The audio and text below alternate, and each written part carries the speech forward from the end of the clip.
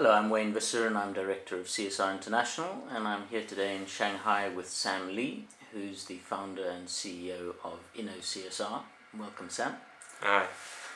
Do you want to start by giving us your perspective on how CSR has changed in China in recent times? It was probably not until 2008 when there was that big earthquake in China where companies really tried to see the need of CSR strategies. Back before then, it was all about volunteerism. It was all about donations, and now companies are hiring CSR managers that actually have proper skills. I see that they are looking for people, they're looking for talents, they're looking for even consulting firms like us to build their strategies and to incorporate it into their business. Mm-hmm. Now, one of the areas that's always been a focus for CSR in China is supply chain. I know you're doing some work in this area. Can you give us your insights? Yeah, basically China is changing. Up until recently, China was the global manufacturing center. They've been called the global factory. And last year, the year before, when there was financial crisis, I heard that there was about 8,000 companies that closed down from a county called Dongguan in Guangdong province, which is very famous for a lot of small companies that have manufacturing. Now this is just a small manufacturing town, and 8,000 companies closed down. So you can imagine how many companies are closing down in China. In beginning of 2008, there was a new labor law in China that actually increased a lot of labor cost, and with the socio and economic gap being reduced, in an easy saying, economy is developed here. Back until a few years ago, there was a lot of social gaps. Social development wasn't there. Now there's mid-class rising. There's people are gaining conscious, and they're actually catching up to the economic growth. As we do that, we see more of blue collars. We see more of labor force demanding the proper treatments of their work and their quality. And as a result of that, labor cost is going up. And that actually demotivates a lot of companies that saw China as the manufacturing base. Now a lot of those companies are moving to Cambodia, Vietnam, Laos, and etc. Now recently there was about 13 factory workers that killed themselves at a Foxconn manufacturing base, which is the largest OEM manufacturer of Apple, HP, Sony, and etc. And this company, who hires 400,000 people in China in their Shenzhen factory, has agreed to give, I think, 200% increase. Yet there's a lot of controversies. There's also a lot of riots in the Honda manufacturing base. The day before yesterday, and yesterday there was this big news going out about 300, 500 people are on riots and stuff. Now I see more and more labor class rising up to say we need proper treatments. These guys are paid about $150, $200 a month with overtime payments. And as China's economy is growing, China actually, the government wants to stay away from manufacturing. So you can probably, if you actually apply for manufacturing base here, government is very, very,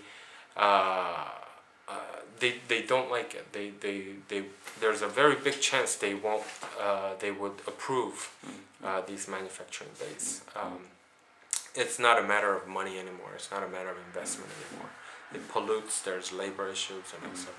Now the Chinese government wants to go into more service industries, more IT industries, more of software industries. And with that, and with the rise of the labor class, rise of the middle class, and rise of the social class, we're seeing a very big change in China. As a result, the SMEs, who are also 95% of the business group in China, will have to learn, to themselves, to sustain themselves, to be able to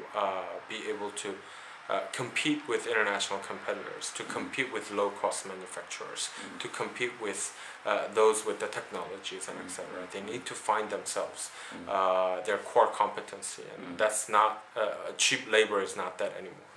So that is why there needs to be a constant development program for these suppliers, and the buyers, who usually are multinationals in China, will have to give these SMEs some room to breathe, and to be able to themselves go global, and also to sustain themselves.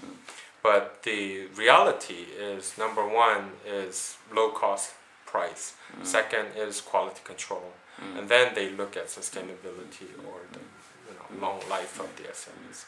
That seems to be the practical choice. So, I mean, labor issues clearly continue to be important, but environment also seems to be rising up the agenda. What are some of the things you're seeing that are acting as catalysts for this? For example, I know that there's a new clean tech index that's just come out. Are there rankings in the pipeline that may act as an incentive for companies?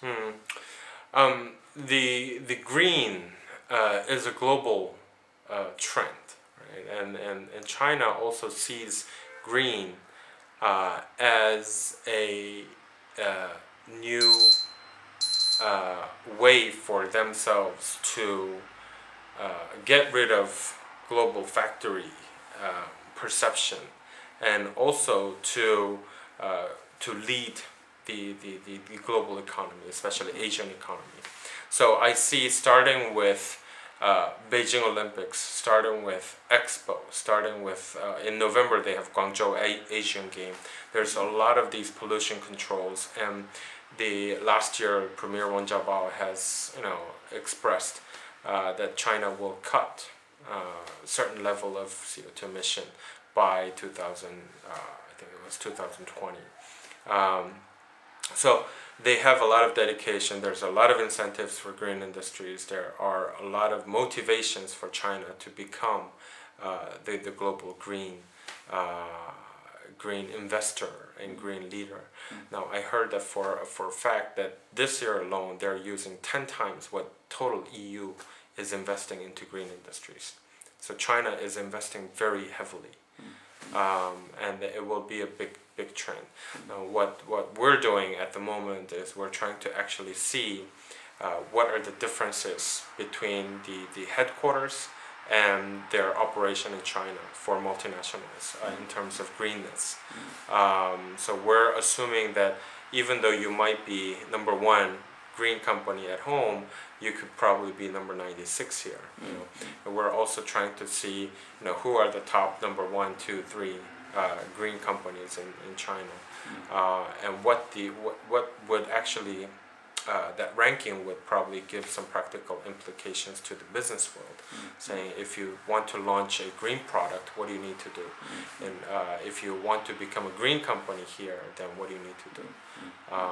And how does that relate to the business operations and business outcomes? Yeah. Well, thanks very much for sharing your insights today. Thank you very much.